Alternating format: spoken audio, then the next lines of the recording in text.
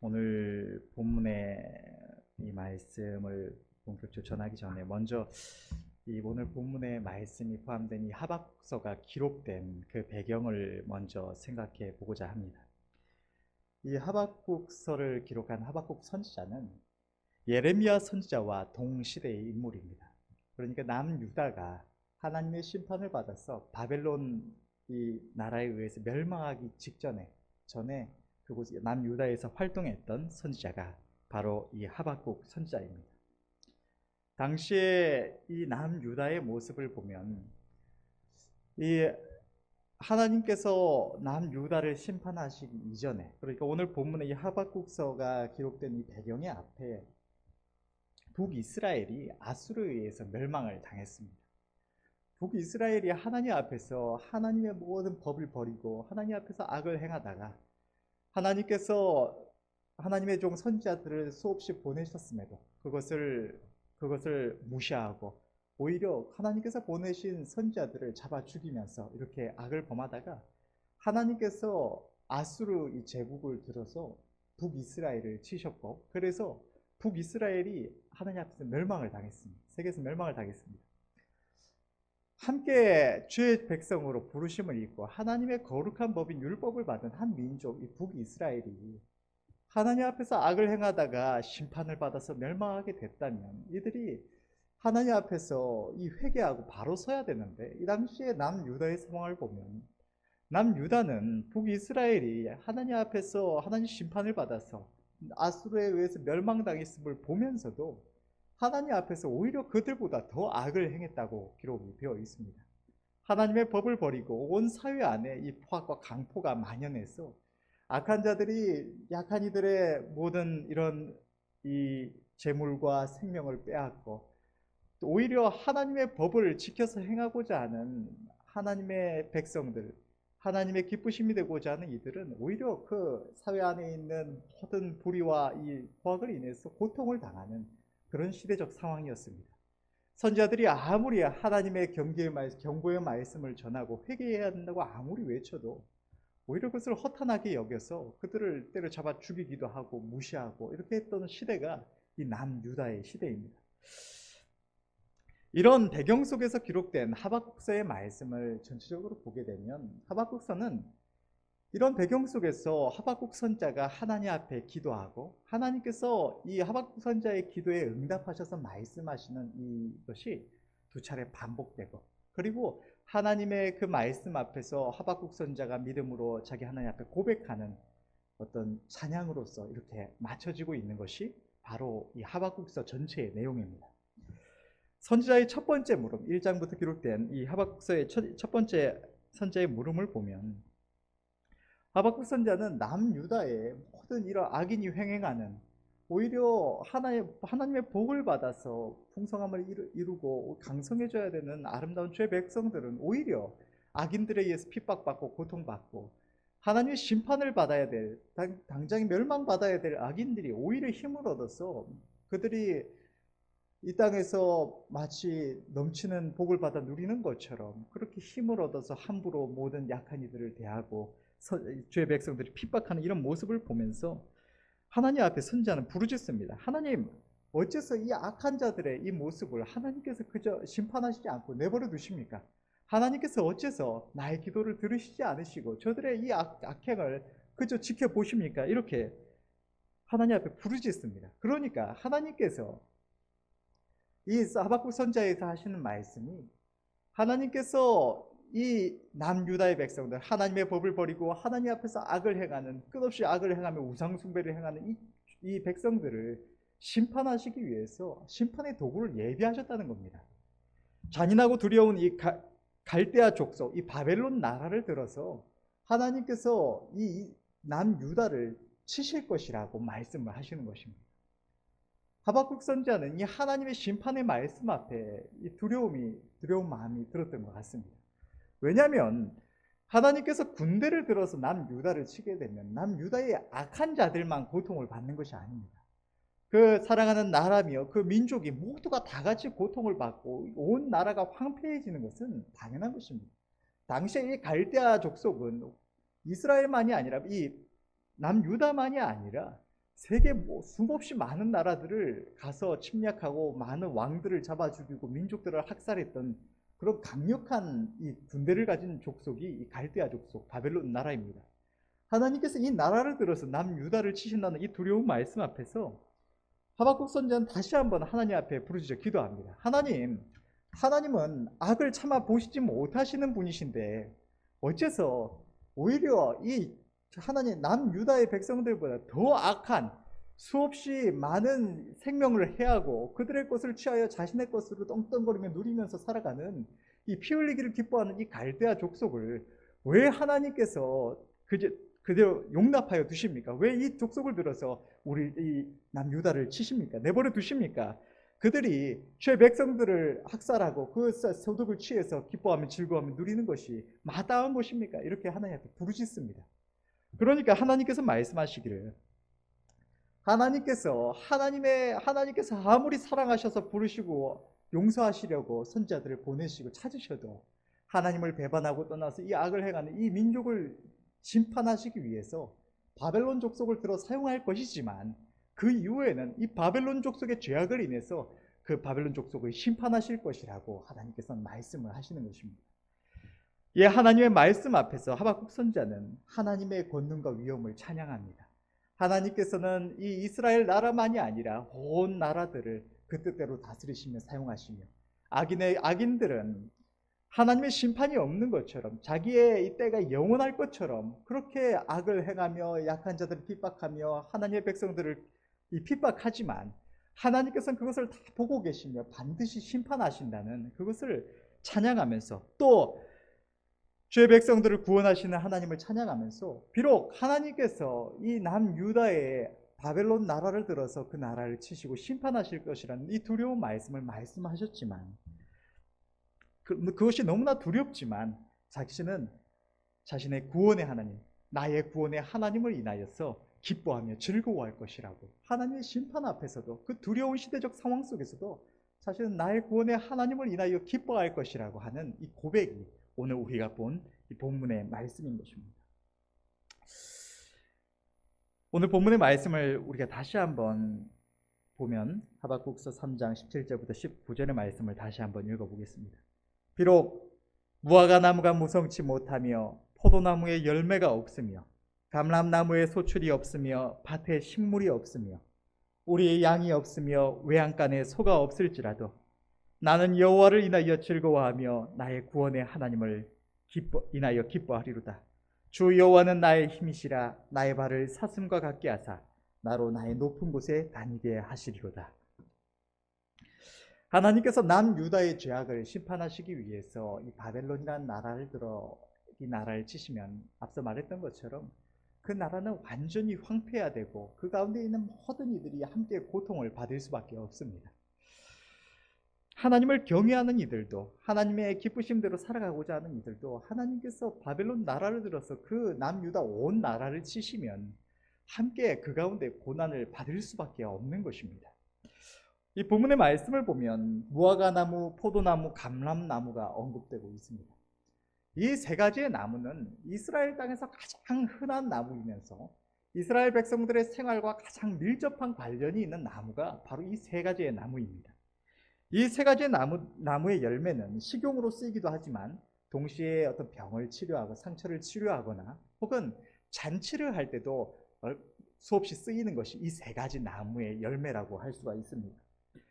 남유다를 향한 하나님의 심판을 인해서 이러한 이스라엘에 가장 흔하며 이스라엘 백성들의 삶에 가장 밀접한 관련이 있는 이스라엘 백성들에게 너무나 많은 만족을 주고 기쁨을 주는 이 모든 나무의 열매가 다 사라진다고 할지라도 밭에는 식물이 없고 기르는 가축 또한 없을지라도 땅이 황폐해서 절망적인 고난을 당할지라도 그러니까 무슨 말입니까? 그냥 나무만 없고 그냥 밭에 무슨 소출만 없고 무슨 기르는 가축만 없다는 것이 아니라 우리의 인생이 보기에 우리의 인생의 눈에 만족을 줄 만한 모든 요소들이 다 사라진다고 할지라도 유다가 와서 바벨론 나라가 와서 남유다를 쳐서 이렇게 절망적인 상황에 처하게 되면 그것이 일시적인 상황이 아닙니다. 군대가 쳐들어와서 온 땅을 불태우고 모든 것을 약탈하고 가면 그 땅이 다시 회복하기까지는 수없이 많은 시간이 흘러야 하고, 이스라엘 백성들은 그 시간이 되기까지 끝없이 고통을 받아야 하는 것입니다. 또 군대가 쳐들어와서 포로로 잡아가고, 이후에 있었던 것처럼, 실제로 있었던 것처럼 포로로 잡혀가거나 하면 어쩌면 그 땅을 다시는 볼 수 없을지도 모르는 절망적인 상황입니다. 앞날에 어떤 희망조차 보이지 않는, 지금 내게 만족을 줄 만한 어떤, 내 눈에 나에게 기쁨을 주고 만족을 줄 만한 아무런 요소들이 없이 모든 것이 다 황폐화되고 내 앞길에 아무런 희망이 없어지는 그 순간에도 선지자는 이렇게 고백을 하고 있는 것입니다.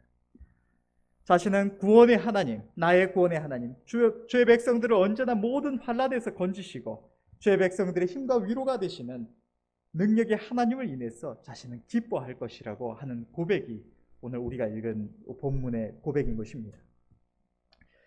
남유다에 하나님의 심판이 임박했던 시기, 그 시대적인 상황 속에서 고통을 받으며 하나님의 심판이 임박한 그 상황으로 인해서 그 절망을 앞두고 있는 이 시대적인 상황 속에서 선지자가 믿음으로 하나님 앞에 자기 하나님을 바라보면서 했던 이 고백은 오늘날 이 세상의 마지막 때를 눈앞에 두고 있는, 하나님의 이 세상을 심판하시는 심판이 눈앞에 있는 이 말세의 고통 가운데 있는 우리들에게 큰 위로와 은혜가 되는 고백일 줄로 믿습니다.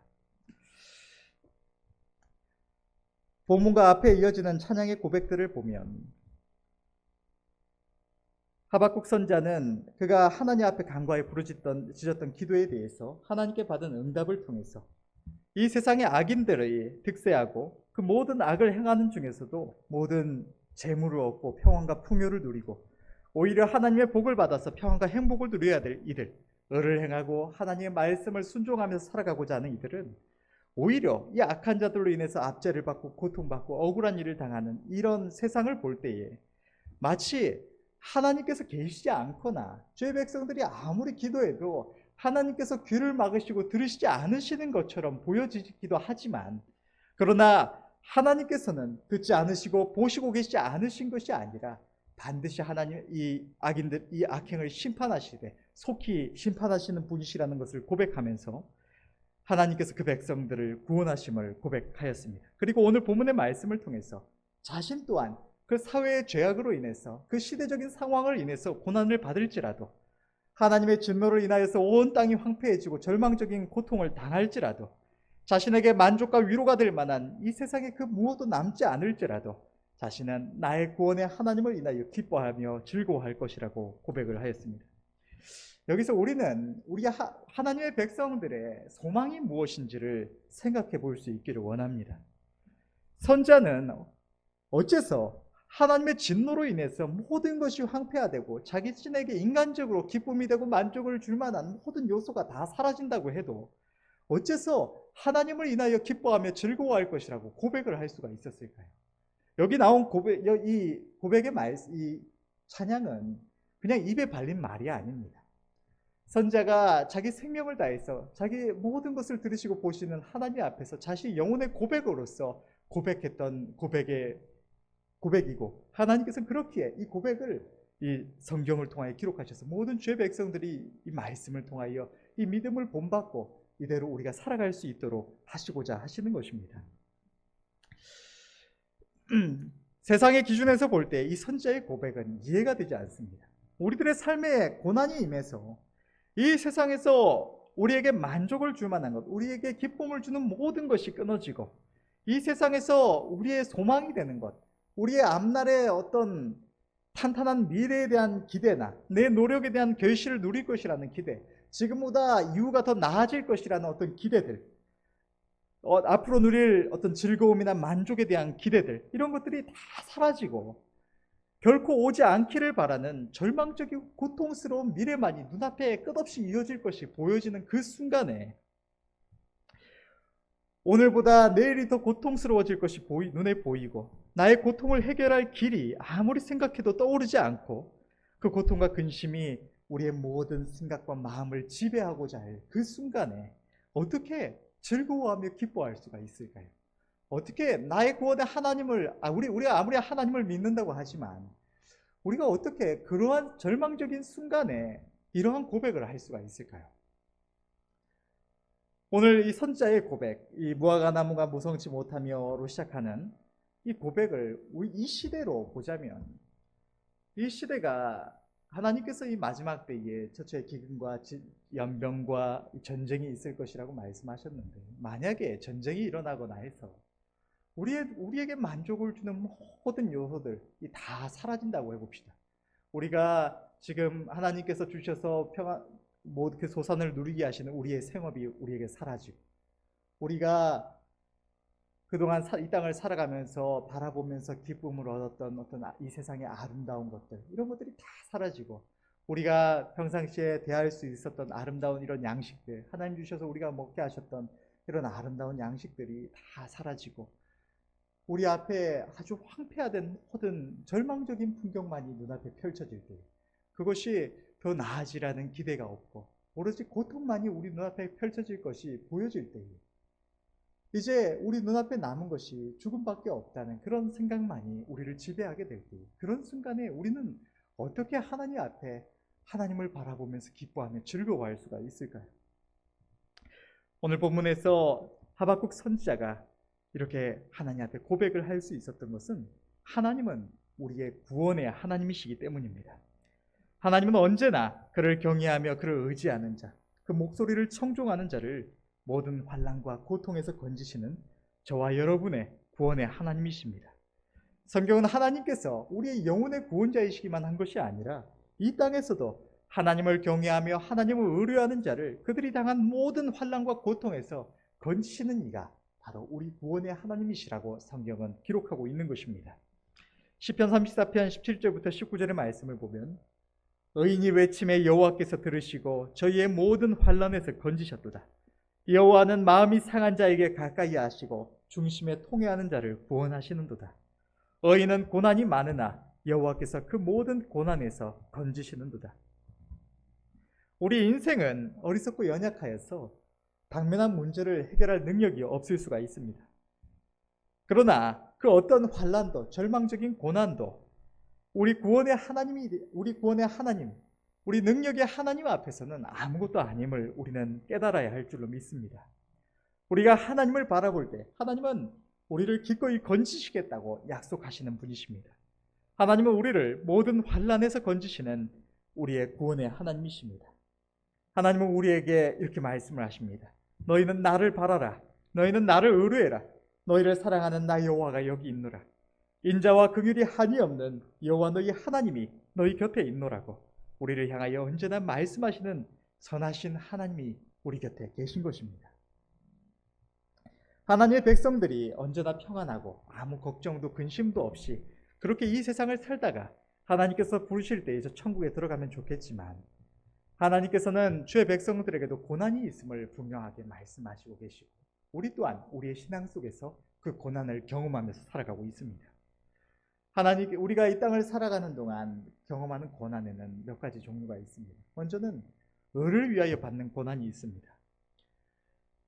북이스라엘과 남유다의 멸망 이전에 그곳에서 하나님의 심판을 경고하면서 자기 민족의 죄악을 인하여서 하나님 앞에 부르짖다가 핍박받고 죽어갔던 수많은 선지자들처럼, 또 그 사회의 죄악 가운데 자기 믿음을 지키며 하나님의 기쁘신 뜻을 행하고자 하다가 그렇게 핍박받고 고난받았던 수많은 이들처럼, 그리고 옛 시대에 박해 속에서 자기 믿음을 지키고자 했다가 순교해 갔던 수많은 이들처럼 하나님의 뜻을 행하며 믿음을 지키려다 보니까 이 시대의 죄악 가운데서 고통받는 이 고난이 있는 것입니다.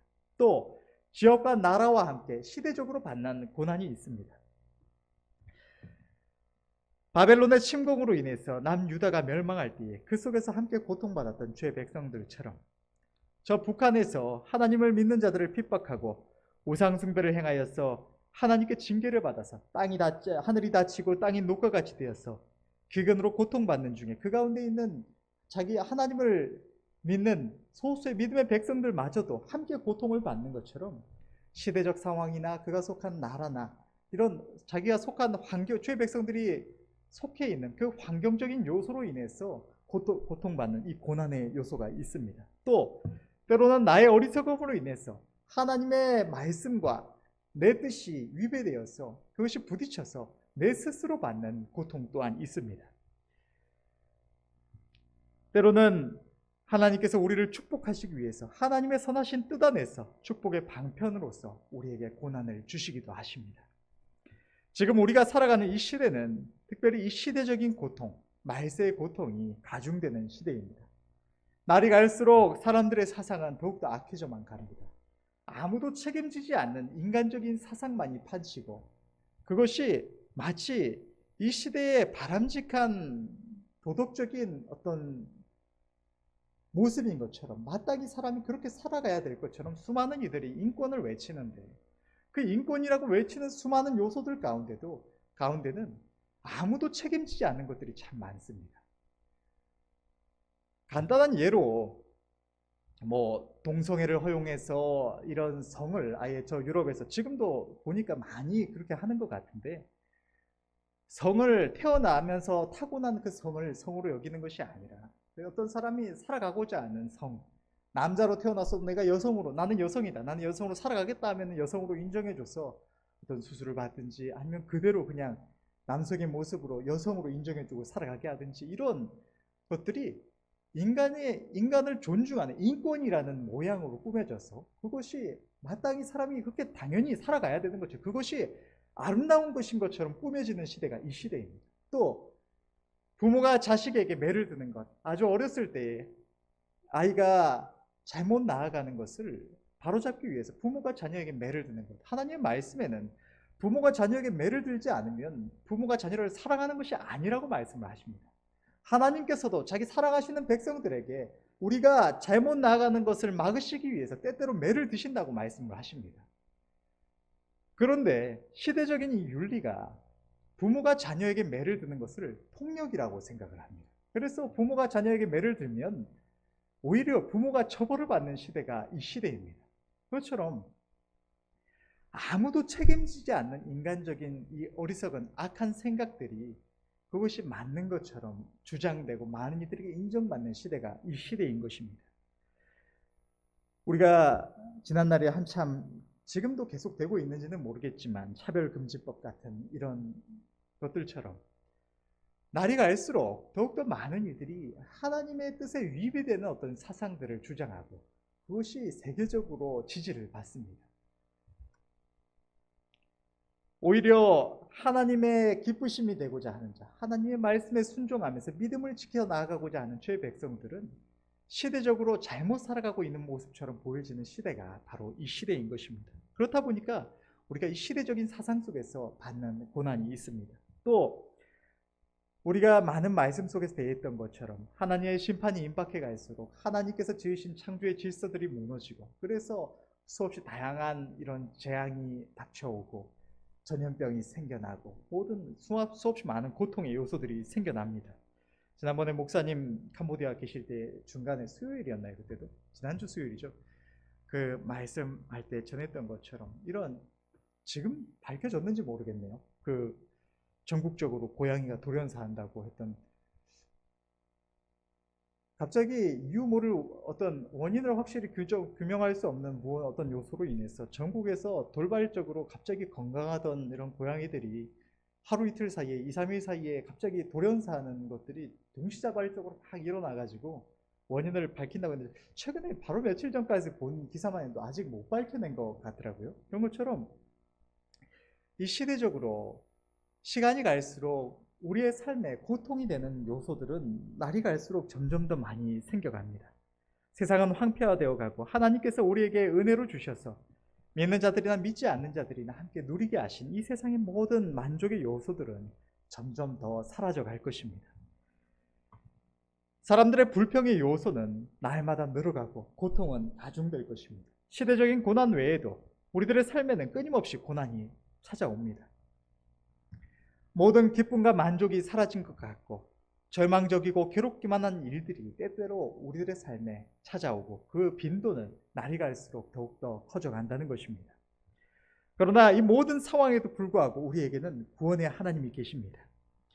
하박국 선지자는 바벨론의 침공으로 인해서 수많은 사람들이 죽어나가고 그 가운데는 선자가 사랑하는 자기 그 민족이기 때문에 자기 민족을 사랑하여서 하나님 앞에서 그 민족을 위하여 부르짖고 하나님의 선하신 뜻을 전하던 선지자였기 때문에 사랑하는 자기 민족이 죽어나가는 것을 봐야 됩니다.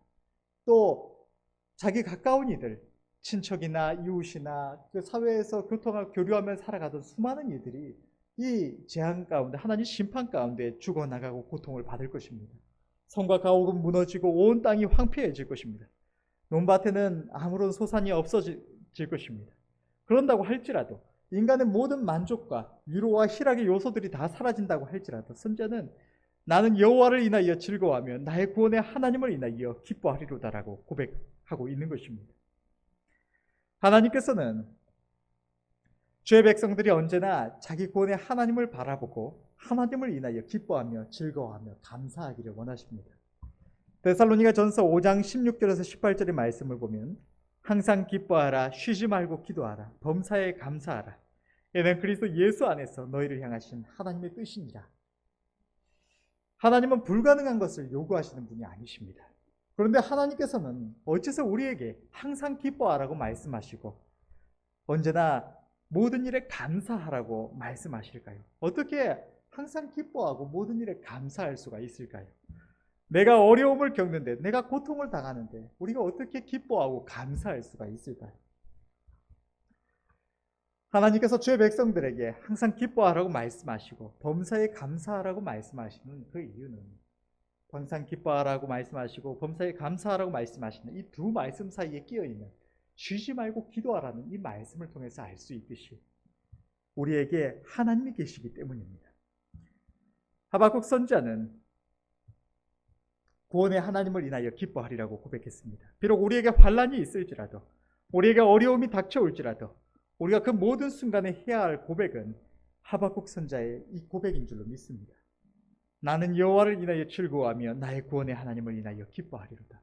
우리에게 만족을 주는 내게 기쁨이 되는 모든 요소들이 사라져갈지라도 내 삶의 때때로 내가 보고 싶지 않은, 내가 경험하고 싶지 않은 절망적인 순간, 고통스러운 순간이 찾아온다고 할지라도 나의 구원의 하나님을 바라보면서 기쁨과 즐거움을 얻고 감사하는 저와 여러분들이 될 수 있기를 바랍니다.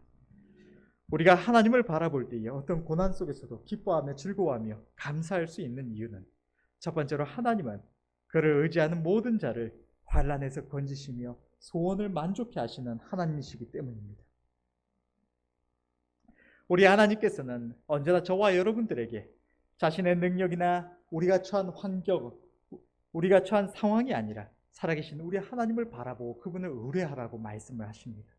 그리하면 우리가 어떤 상황 속에 있든지 우리가 얼마나 큰 고난을 당하고 있든지 하나님께서는 우리를 건지시고 지키신다고 약속해 주시는 것입니다.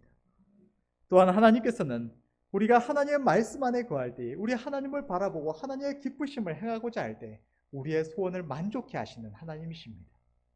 우리를 그저 고통에서만 건지시기만 하는 것이 아니라 더 이상 고통스럽게만 하시지 않으시는 것이 아니라 우리의 마음에 있는 작은 소원마저도 하나님은 살피시고 만족케 하시는 선하신 하나님이십니다. 이 하나님을 바라보면서 아무리 고통 속에 있을지라도 고난 속에 있을지라도 내 하나님이 계시며 그 하나님께서 나를 건지심을 믿고 바라볼 수 있는 은혜가 있으시기를 바랍니다. 우리가 이 세상을 바라볼 때 우리가 처한 환경이나 우리가 지금 당하고 있는 사건을 바라보면 우리는 일희일비할 수밖에 없습니다. 내가 기쁜 일을 당하면 기뻐하다가도 내가 원치 않는 상황을 당하면 고통스러워하고 절망하고 때로는 우울해할 수밖에 없는 것이 우리 인생인 것입니다. 그러나 우리가 하나님을 바라보면 우리는 언제나 기뻐하며 즐거워할 수 있는 것입니다. 세상의 모든 요소들이 사라져가고 변화될지라도 우리 하나님은 변하지 않으시는 분이십니다. 여러분, 우리가 참 인생이 악하여서 하나님께서 은혜 베푸실 때에는 기뻐하며 즐거워하며 어쩔 줄 몰라하고 우리의 마음이 벅차서 눈물을 흘리다가도 시간이 조금만 지나면 언제 그랬냐는 듯이 눈에 보이는 많은 요소들로 인해서 불평하고 괴로워하고 우려하고 힘들어하는 것이 우리들입니다. 그런데 여러분, 우리가 하나님께 구원받은 그 순간, 우리 주님을 처음 만난 그 순간을 한번 생각해 보시기 바랍니다. 여러분 얼마나 기쁘셨습니까? 그때에 우리에게 인간적으로 세상에서 무슨 좋은 일이 있어서 기뻐하셨습니까? 인간적으로 어떤 무슨 큰 벌이가 있어서 세상에서 크게 즐길 거리가 있어서 기뻐하며 즐거워하셨습니까? 세상에서 어떤 만족을 주는 요소들이 그렇게 많아서 그토록 기뻐하며 눈물을 흘리며 감사했습니까? 그렇지 않을 것입니다. 우리가 그 순간에 감사한 이유는 우리 하나님, 선하신 하나님께서 계시고 그 하나님께서 나를 아시고 사랑하셔서 죄인된 나를 불러주셨다는, 나를 용서하시고 나를 사랑하시고 나를 자녀 삼아주셨다는 그 기쁨이, 나를 위하여 주님이 십자가에 달리시고 생명을 내어주시기까지 나를 사랑하시고 나에게 영원한 생명을 주셨다는 그 기쁨이 우리 안에 충만하여서 우리가 세상에서는 아무런 만족을 얻을 요소들이 눈에 보이지 않더라도 하나님을 인하여 기뻐하며 즐거워하며 눈물을 흘릴 수 있었던 것입니다. 구원받은 그 기쁨을 인하여 똑같은 밖에 나가서 하늘을 보면서도 어떻게 하나님이 창조하신 그 하늘이 이렇게 아름다울 수 있을까? 하나님이 창조하신 세상이 얼마나 이렇게 아름다울 수 있을까? 하나님과 동행하는 우리의 걸음이 얼마나 이렇게 즐거울 수 있을까? 그 기쁨이 우리 안에 충만했던 것입니다. 그 기쁨이 우리 안에서 사라져가는 것은 하나님이 우리와 동행하시지 않으셔서가 아니라 하나님께서 우리에게 급해 주신 그 은혜가 작아져서가 아니라 우리가 우리의 구원의 하나님을 바라보지 않고 어느새 우리의 눈이 세상을 향해 돌아갔기 때문에 더 큰 은혜를 입고 더 큰 위로를 받고 살아가고 있음에도 불구하고 우리가 하나님을 인하여 기뻐하며 즐거워하지 못하고 있다는 것입니다. 우리는 회개하고 주님을 바라보며 날마다 감사하며 찬양하여야 할 줄로 믿습니다. 또한 주의 백성들이 어떠한 고난 속에도 기뻐하며 즐거워할 수 있는 이유는 모든 것을 주관하시는 우리 하나님의 우리를 향하신 뜻이 언제나 선하시기 때문입니다. 하나님께서는 우리의 모든 삶을 다 알고 계시고 우리의 모든 걸음을 다 주관하시고 계십니다. 하나님께서는 우리에게 때때로 고난을 허락하여 주십니다. 우리가 생각지 않은 어떠한 순간으로 우리를 인도해 가십니다. 그러나 거기에는 하나님의 기쁘신 뜻이 언제나 있음을 기억하시고 하나님의 기쁘신 뜻을 찾으시는 은혜가 있으시길 바랍니다. 우리에게 어떠한 고난이 있을지라도 우리가 기뻐하며 감사할 수 있는 것은 그 고난이 우리가 원치 않았지만 내가 지금 경험하고 있는 그 순간이 나를 사랑하시는 내 하나님께서 내게 주시고자 하시는 축복의 선물이라는 그 이유가 있기 때문입니다. 어떠한 고난도 어떠한 어려움도 우리가 하나님 앞에서 정답을 적어내기만 하면, 우리 하나님을 바라보고 하나님의 선하신 뜻을 생각하기만 하면 그 모든 것이 우리를 축복하시고자 하시는 우리 하나님의 그 선하신 뜻대로 우리의 삶에 임하게 된다는 것을 기억하시며 감사하며 찬양하시기를 바랍니다. 셋째로, 우리가 하나님을 바라볼 때 즐거워할 수 있는 것은, 언제나 기뻐하며 즐거워할 수 있는 것은 우리 주의 백성들의 넘치는 만족의 근원은 우리 하나님이시기 때문입니다. 우리가 세상에서 만족을 얻고자 할 때, 세상에서 즐거움을 얻고자 할 때, 그것은 때때로 내가 그것을 즐길 때, 경험할 때는 어떤 굉장히 기쁘고 즐겁고 그것을 더 탐하고 싶을지 모르지만, 그것은 항상 우리 모두가 다 알고 있듯이 일시적이고 조금만 지나도, 하루 이틀만 지나도 내 마음속에서 잊혀져 가고 더 큰 어떤 만족을 계속해서 갈급하게 할 수밖에 없는 것이 이 세상의 만족입니다. 그러나 그 만족을 탐하여 갈수록 우리 하나님께서 주시는 만족이 우리 안에서 사라져 갈수록, 세상의 만족을 쫓아 나아가면, 추구하여 나아가면 하나님께서 우리에게 주신 만족은 점점점 줄어갑니다. 세상을 짝하면 짝할수록 우리의 영혼의 기쁨, 하나님과 하나 되어서 주님과 동행함으로 말미암아 하나님께서 생수의 근원이 되시는 하나님께서 우리 안에 온전히 거하심으로 말미암아 그 안에서 흘러나오는 그 영혼의 참된 만족은 점점점 메말라가고 줄어갈 수밖에 없는 것입니다. 우리는 그렇게 되면 하나님께서 주시는 이 은혜가 메말라감으로 인해서 내가 기뻐하지 못하고 즐거워하지 못하는 것인데, 그 원인을 세상에서 찾아서 내가 더 즐거움을 찾지 못해서, 내가 더 누리지 못해서 이렇게 좀 내가 괴로워지는구나, 내가 기쁨이 없구나 라고 착각하면서 더 세상의 즐거움을 찾고 그것을 쫓아 나아가게 되는 것입니다. 우리는 깨달아야 할 줄을 믿습니다. 우리의 영원한 만족과 기쁨은 우리 하나님께 있습니다. 세상을 바라보지 아니하고 하나님을 바라보며 우리의 마음이 하나님과 합할 때에, 하나님의 기쁘신 뜻을 이루어갈 때에 그 하나님께로 말미암는 진정한 기쁨과 즐거움이 우리 안에 충만히 임하는 것입니다. 때때로 어떤 청년들이나 이렇게 누군가를 만나서 하나님의 어떤 뜻을 전하거나 누군가의 영혼을 세워주고 돌아올 때에 그 마음이 얼마나 기쁜지 모릅니다. 시간을 많이 들이고 노력을 많이 들이고 물질을 많이 들였다고 할지라도 이것을 하나님께서 기뻐하시겠구나 싶으면 그것이 얼마나 보람이 넘치고 기쁨이 넘치는지 모릅니다. 때때로 하나님께서 주신 그 은혜로 인해서 내가 많은 시간을 들이고 노력하고 그렇게 인간적으로 보면 참 수고한 것밖에 없는데도 그 하나님께서 주시는 만족이 성령의 기뻐하심으로 인해서 내 안에서 넘치도록 그 기쁨이 솟아나는 것입니다. 우리는 하나님을 바라보면서 하나님께서 주시는 영원한 만족을 구하여야 할 줄로 믿습니다. 마지막으로 우리가 하나님을 바라볼 때 기뻐하며 즐거워할 수 있는 것은 죄의 백성들에게는 짧은 고통 이후에 영원한 행복이 예비되어 있기 때문입니다. 이 세상이 아무리 고통스러울지라도 아무리 우리가 이 마지막 때 말세 지말의 고난으로 인하여서 이 세상 사람들과 함께 고난을 당하고 고통을 겪을지라도 우리는 잠깐 후면 저 천국에서 주님과 함께 영원한 기쁨을 누릴 것입니다. 우리가 이 땅에서 잠시 수고한 것, 이 땅에서 잠시 하나님의 기쁘심을 위하여 무언가를 행한 것, 그것이 잠시 후에 우리의 영원한 기쁨과 즐거움으로 넘치는 만족으로 우리에게 임하게 될 것입니다. 주님 앞에 서는 그날, 우리가 아주 잠시 후 주님 앞에 서는 그날에 우리는 그 기쁨 중에서 찬양하며 즐거워하며 우리를 구원하신 우리 구원의 하나님을 인하여 영원토록 찬양하며 살아갈 수 있을 것입니다. 사랑하는 성도 여러분, 우리가 이제 얼마 남지 않은 이 세상 잠깐 살아가는 동안에 삶에 어떠한 어려움이 있더라도 어떤 고난을 겪더라도 나의 구원의 하나님을 바라보시는 저와 여러분들이 되시기를 바랍니다. 고난 속에서도 나의 구원의 하나님을 인하여 기뻐하며 즐거워하며 감사하심으로 하나님께 영광 돌리시는 저와 여러분들이 될 수 있기를 바랍니다. 우리가 이 땅을 살아가는 동안 우리가 하나님께 영광 돌릴 수 있는 기회가 얼마나 많이 남아 있겠습니까? 우리에게 남은 시간이 사실 정말로 많지 않습니다. 어쩌면 정말 아무것도 별로 하는 것도 없이 하나님 앞에 나아가게 될지도 모릅니다. 그러나 우리가 고난 가운데 우리 하나님을 바라보고 우리 구원의 하나님을 인하여서 고난 가운데서도 기뻐하며 감사하며 즐거워할 때 우리 하나님께서는 우리를 인하여서 영광을 받으시며 기뻐하십니다. 자녀가 부모를 담대히 믿고 바라볼 때 나는 어렵지만 나는 힘들지만 우리 아버지 어머니는 아버지 어머니에게는 이런 것 아무것도 아니라고, 우리 아버지 어머니가 나를 도와줄 거라고 그렇게 담대히 부모님을 바라볼 때에 부모의 마음이 얼마나 기쁨이 됩니까? 죄의 백성들이 고난 가운데 나는 이겨낼 힘이 없지만 우리 하나님은 능히 하시며 나의 좋으신 하나님이 반드시 나를 건지시며 은혜 베풀어 주실 것이라고 믿고 바라보며 고난 가운데 기뻐하며 감사할 때 우리 하나님의 마음이 얼마나 기쁨을 얻으시겠습니까?